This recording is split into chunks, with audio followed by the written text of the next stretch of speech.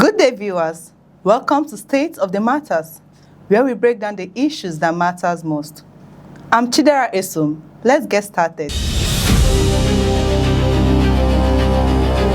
River politics. APC clears Wike Loyalists for Senate and House of Representatives. Presidential ticket dispute. Other issues kept Obi Kwankwaso out of PRP, says Baba Ahmed. Let's go on a quick break. When we return, we'll dive into the discussion. Welcome back. Joining us now is our in-house political analyst, Vincent Okoro. Vincent Okoro, good to have you here in our studio and Happy New Week to you. Thank you, Chidera. Good afternoon, good day to you, and good day to our viewers out there. I'm very happy, as usual, to be at FirstNext. Yes, thank you. Hope you're really prepared for our viewers. Of course, with so much to talk about, especially over the weekend, that there were a lot of political activities. You know, some are defecting, some are decamping, some are aligning, some are buying forms, some are undergoing screening. Of course, there's always a lot to talk about, and trust me that I am very ready. Okay, talking about politics, APC Rivers has cleared Loyalists of Wike Nyesom, who came out to contest for Senate and House of Representatives. So now, to you now, what does the clearance of Wike's Loyalists mean for political balance in Rivers?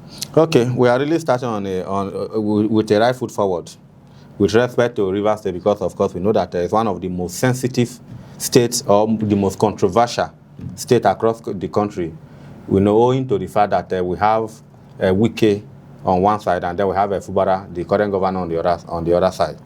Now, over the weekend, I think all stakeholders, all members of the public, all naysayers and what have you, we are all looking forward to what is going to come out from Rivers State, because the stakes are really high in Rivers State. You know, now the primaries have come and gone. I mean, both the primaries, the screening, they've come and gone. You know, for a large portion. I think the senatorial primaries are still remaining in Rivers State, but the House of Rep and House of Assembly, they have all come and gone. And we saw that it was a clean sweep for the faction led by the current Minister of the FCT, Nyesom Wike. Well, it is difficult for one to say that wasn't a surprise, because you ordinarily cannot rule out the power of incumbency when you talk about a city governor. Then you also look at the fact that there have been a lot of power play between these two persons. Now, I cannot attribute the fact that we have Wike Loyalists making a clean sweep. I cannot attribute that to something that maybe something is fishy somewhere. I can't attribute it to that. I want to believe that every participant in the nomination and the primary process, we are given a level playground, and it should be that it is out of the fact that, okay, between candidate A and B, those who voted preferred one candidate over the other. That is why we see what we are having. But it is left to be seen if maybe there is a monkey hand in the soup. So that is why we now begin to look beyond the fact that it was a free and fair and credible primaries. So let's talk about the sitting Rivers State Governor Fubara. Could this development affect Fubara's political standing? Fubara political standing. Of course, you know, you just imagine that you are going to a battlefield with me, and then along the way, I am defeated, or let me say I have a serious problem, hampering our progress as far as that battle is concerned. That is how it is in politics too. Now, Fubara cannot go to the polls alone, as it were. You know, it has the normative call structure made up of people across various senatorial districts, various constituencies, various local government, various community wards and unit, and all the rest of them. Now, all these sub-units in the state are manned by people who are part of the structure that actually, you know, help him to drive the vehicle forward. Now that we have a lot of them, you know, in his party, APC, that are those that are loyal to him, virtually all of them, none of them succeeded in the primary. What that portends is that we are going to see what I can refer to as a defeated, members of his structure. Now, just imagine that, okay, I'm a politician under the governor, and then I've been defeated like this. I have my ambition. In the APC, I've been defeated. I may be thinking of, okay, do I need to jump ship? Though we know that there are a lot of times that you have a particular, like what we had in Rivers State, like the current minister in the FCT, he was defeated in the presidential election of the PDP primaries. And then he came out and told the whole world that he is now supporting the candidate of the APC, which he did, that took him to where he is today. So what I'm trying to say is that we cannot foreclose that the structure that have been built by the current governor, have been dealt a huge blow that will really affecting drastically towards the election. So maybe right now they may be thinking that, okay, maybe we have to pitch our tent with another party so that the structure will remain intact, even though it is not about APC, so that by 2027, they will be in another party, so then supporting the governor in APC. Mind you, the governor is here to pick the ticket of the APC as the governorship aspirant representing the APC. That is here to happen. So I'm saying that assuming it makes it to the poll, wherever those who are members of his structure may decamp to, or if they choose to remain in the APC, they should be able to pull their weight behind the governor. So you mentioning APC and PDP. So will this clearance divide within Rivers APC and PDP camps? If the clearance, if that is, you are talking about the outcome of the primaries and not the nomination, right? Yes. Of course, we are talking about politics here. Politics is a game of interest. Now, interest in this case has different dimension to it. Because, for example, if I have my interest being propagated in the PDP, and then at the end of the day, where I believe that I'll be able to have a headway in the PDP does not come to pass, there can be discontentment.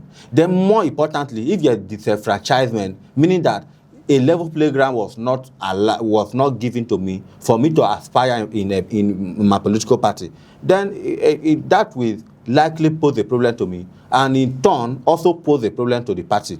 Then the same thing also applies to the APC too. Now, when you look at what is happening right now, as far the Rivers APC and Rivers PDP is concerned, with all the candidates that are coming, especially from just one side, then you have other members in PDP and APC that are of the other side who has not been favored so far.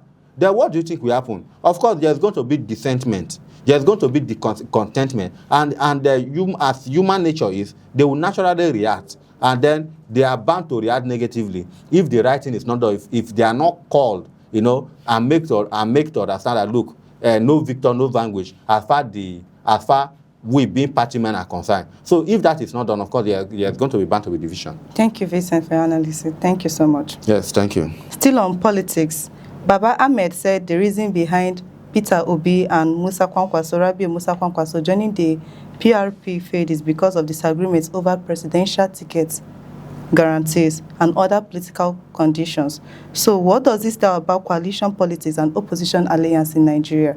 Okay, now we are talking about the People's Redemption Party. Yes. The spokesperson coming to tell us that if not for the fact that they did not guarantee Peter Obi and then his co-traveler, when I say co-traveler, I'm talking about Kwankwaso, another member that may have decamped with them to the NDC. They are trying to make us understand that if not for if we had offered them express ticket, that is just come pick our ticket and run, that they would have been member of the People's Redemption Party today. That's what they are trying to say. Now, the fact is that every party have their guiding principle. Now, I can see over our political space, one of the terminology that is hitting us every now and then is the issue of consensus. Now, consensus is an arrangement where a few persons come together and say, okay, whether primary or no primary, this is the person that we want. Now, they are trying to make us understand that they were not offering consensus, and that consensus, if I thought it was available, was not directed at Peter Obi candidacy. That's why they are not with them. Now, what that simply means implies now is that for a political party their guiding principle, what their modus operandi, can actually determine if they can achieve all this coalition that is going around the place. Now I can see the issue of ADC. Now ADC have a number of parties across the political divide, from PDP, from Labour Party, and just mention them, coming together on the ground that the interest of a particular candidate is going to be met. Now, at the same time, for the fact that interests of candidates are not being met, you saw what happened. You saw the tsunami that eats them, in which today some of the leading contenders in that particular political party, that's the APC, have moved to the NDC. So what the spokesperson of PROP is saying right now, of course, has a lot of implication for coalition. Because if, for example, I'm looking for where to pitch my tent as far as coalition politics is concerned, and then looking forward to pitch my tent, now to further my ambition, and that ambition is that by 2027 I want to be in the ballot, then it means that for the PROP I will begin to think twice. Because I will not go to a particular political party, spend millions of naira purchasing form, doing sensitization, attending meetings and all the rest of them. Then you tell me that I don't have guarantee that I'm going to be in the ballot. So, of course, it has implication for coalition politics, and sometimes it is good and sometimes it is bad. Don't you think that the PRP missed the opportunity of Peter Obi and Rabiu Musa Kwankwaso being in their party? Well, it's not about opportunity here, it's about interest. Because if they are as a political party, they have their values. Now, maybe they want an open politics where every member of that party have equal opportunity to run, whether you are big or small, whether you are fat or you are slim. Then you are now, somebody is coming to tell you that, look, the only condition for me to move to your party is that I must have 100% guarantee.